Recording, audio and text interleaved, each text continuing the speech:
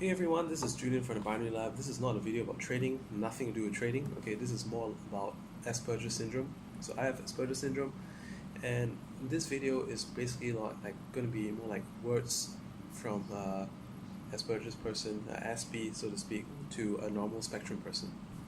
So maybe you're watching this because like you're dating someone with Asperger's, or you have a child with Asperger syndrome. You perhaps work with someone with Asperger's, and maybe you're just trying to find out how we tick. Okay, so one of the main things I want you to know is that we're very much the same as most people. We do have certain talents in some cases. Uh, Typically, it's to do with pattern recognition and like data processing and stuff. Um, a lot of us will come across as emotionally devoid. This is not true. We do have emotions. I experience emotions, but on a delay. Okay, there are like humor. Humor is something that I experience like instantly. But things like matters of the heart, um, I don't know. It's funny. Like dog pass away, grandma pass away, grandpa pass away. All these ones I do get sad about it. I do feel the remorse, but it's not till like 2 weeks later, 2 months later, a year later kind of thing. Strange, but I mean it does come in. So sometimes if you are dating an SP and then you're wondering, um, like, what's this person's problem? Um, does he does he understand you? This is the thing. Like we have a problem with putting ourselves in other people's shoes, and eye contact. That's another thing as well. Like you find that I find it very difficult to stare at one spot, and like in many of my videos you see my eyes running all over the place, and this happens to me even when I do public speaking as well. Not the best, okay, not the best thing because my eyes literally rolling around, and like sometimes if you wish that they had eye contact, well, it's like yes, I can try to look here, but I just would not be functioning as well as I would when my eyes are going all over the place. I don't know why that relation is, but that's what it is. um, One more thing would be like okay, so like do cut us some slack when it comes to emotion. Don't ask us like why are we not feeling upset? Why do we not feel anything? We do, and sometimes I feel that I resent the fact that I don't feel anything right now. I would love to feel how you feel, but I don't feel it right now. Maybe it may set in like an hour from now, and that'll be very quick. But typically, a few days, 2 weeks. It's always been a problem in all my past dating relationships. Always been the case. um, and then, okay, so the next thing I want to talk to you about is there's something called the Asperger's meltdown. This one I need to ask my psychologist a little bit more um, as to whether what I experience is it more of a meltdown or is it a defense mode. Okay, so this happens very often when I get yelled at. Anyone, okay, we SPs don't respond well to yelling. Like some people are trying to get our attention, but when they yell, we just like zone out. And for me, I would literally go like this, like,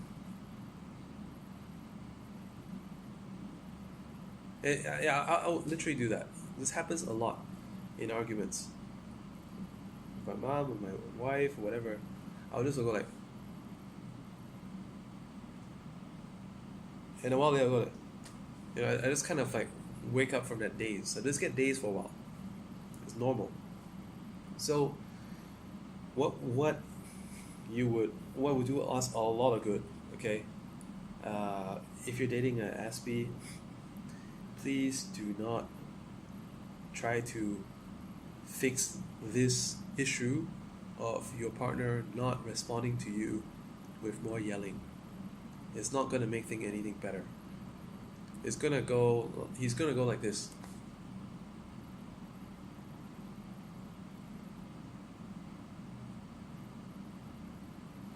It's like continuation. So during an argument, I can sometimes get into that 5 to 10 times. Very, very common. And my wife gets nuts about it. So I highly encourage you to read more into this, read more about defense mode to meltdown. Like for me, when I get yelled at, or let's say, I'm wondering whether I should process the yelling, whether I should process the problem, and I get confused what to process, and I just get overwhelmed, and I just unplug. So, not a very helpful situation. Don't drive them to the corner.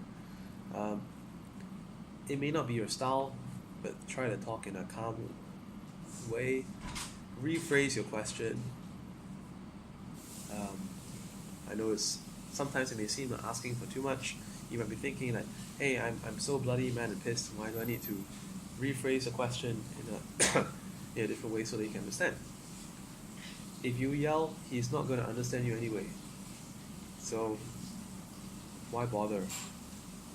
Okay? Just rephrase your question, and maybe your Aspie partner is going to get what you mean. I want to warn you about the meltdown. Like my way of a meltdown, like I say, it could be defense mode, it could be meltdown. Not too sure about what that is, but in my way of it, I think I'm a very harmless kind of a meltdown. If that's the meltdown, I'm very harmless. But some people could have a different kind of a meltdown situation. Some people could have could turn violent. They could bang their head against the wall. And by the way, something else that I do is a lot. It's like when I'm driven to the corner, I start fidgeting. Apart from looking blank, I start fidgeting. Like I'll be playing the doorknob. I'll be like opening and shutting the cupboard. I don't know why this happens, but that's what I do. So the Aspie that you're dating could be different. Maybe he could be headbanging, he could be making a mess. Those would be the more violent kind of meltdowns. But don't see it as though they are trying to throw an angry fit at you. What they're doing is more like a reset to kind of get themselves back on track. Doesn't seem to make sense how trashing your head against the wall seem like a way of getting back on track. But well, to each his own. To every Aspie his own routine of resetting himself, recalibrating himself. So as long as he or she is not causing himself like physical harm, of course you could try to slot a pillow in there or something. Just let them do what they do. If they're not banging their head too hard, bang it lightly, just let them do what they do is what they know best. Okay, and support him or her by going to counseling together. So not psychiatrist is useless. Psychologist is what you need. Someone with experience in CBT, cognitive behavioral therapy, someone with experience in neuro-linguistic programming. These people will help you and your partner to reframe a lot of things. And I did mention about the defense mode. So sometimes when I have a lot to deal with, apart from my family, I just shut myself off from everyone else. Don't talk to friends. I don't talk to parents. And I don't talk to anyone outside my immediate household. This is when I'm in like a defense mode.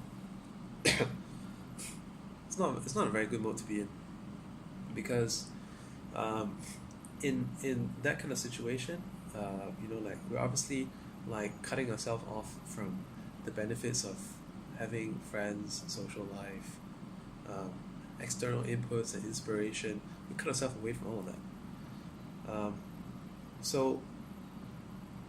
But why does this happen? Defense mode happens when the Aspie is trying to protect him or herself from like emotional harm and disturbance. Usually, we know when it's happening. We know when we're going to get quite disturbed. We just try to isolate ourselves, and somehow we think that we've got so much issues to worry about that we're best dealing with ourselves.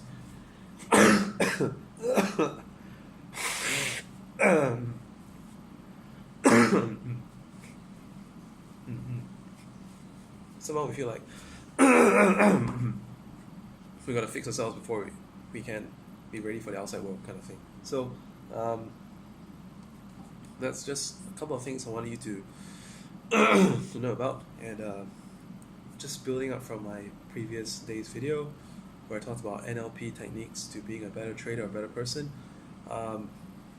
As you can see, I'm quite sick today, but I figured that making this video is going to be one of the least mentally intensive, draining things that I could do, and will be making the best out of a crappy situation like this. Okay? Bye for now.